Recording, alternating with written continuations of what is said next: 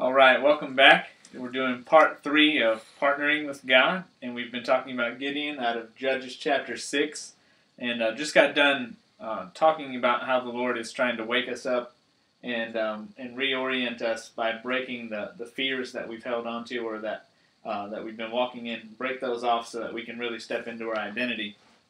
And so in verse 15 of chapter 6, we see that Gideon is responding to the Lord after he's been given this word about being a mighty man of valor. And he said, "O my Lord, how can I save Israel? Indeed, my clan is the weakest in Manasseh, and I am the least in my father's house." And this is a typical response, I think. I think we all do this. I know that I do. When the Lord begins to speak something to me, my mind instantly begins to doubt why that would be the case. And I begin to come up with mental and natural reasons why I would be disqualified or I would fall short of being able to fulfill the very thing that God is saying that He's going to help me fulfill. Right. And so we see that Gideon goes through this process. He understands that the Lord is speaking to him and asking him to come and be a leader among his people. And he's saying, in the natural, I am the farthest away from being a natural leader that I can be. I'm not only in the least of the clans, but I'm the least person among my clan. And so basically every other person in the nation would have to die before they would leave me in charge. And that's naturally the case with him. I mean, the Lord doesn't argue with him about that. He just continues on to speak to the very thing that the Lord is wanting to do in the situation. And what we see is that the Lord, by speaking to him, begins to cause these fears and these doubts to rise up and come to the surface. Mm-hmm. Like in verse 16, he talks about the Lord basically tells Gideon, he's still trying to encourage him, and he says, "Surely I'll be with you, and you shall defeat the Midianites as one man." You go back to what we were talking about, understanding power for purpose. Yes, when you get your call or when God tells you to do something, the very creative word that he speaks to you is the same creative word that he made the heavens and the earth. And so it has power on it, right? But he's telling him what he's called to do or what he's about to do, but that same power that's riding on those words are at the same time delivering him.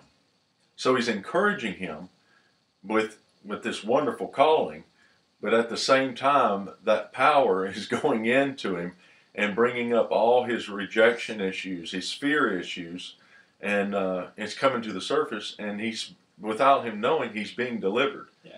And I love this about the Lord, is that in kind of a sneaky way, he's using his calling and showing him who he is to truly get back into relationship. Mm-hmm.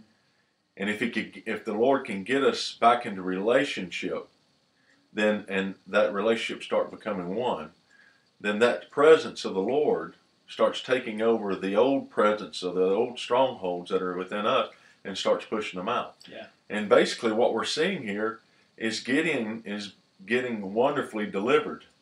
And God's calling and his words that he's speaking to Gideon is delivering him. Yeah.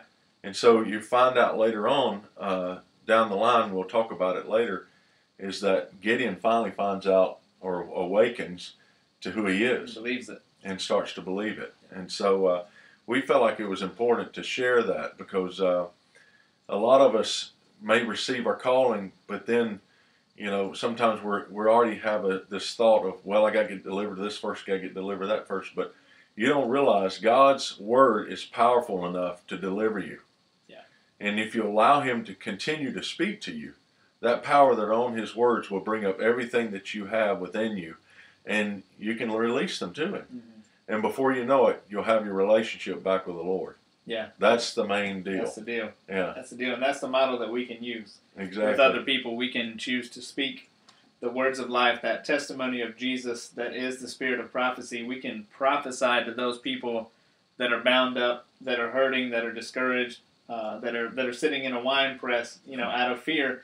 And if we begin to speak that testimony of Jesus, of what the identity that he's laid out for them, we can really awaken them to who they're supposed to be and bring them into a place of deliverance where they rely and trust on the love of God. Yeah. And then, you know, while you're prophesying to them, they may manifest. Yeah. But that's part of the power of God. Yeah. That's when you got to, have mercy, and just like the Lord's having mercy on him, and be there for them. Yeah. Help them, continue their deliverance. Yeah. So we'll talk about that in the next phase. So thanks for tuning in. We'll talk to you later.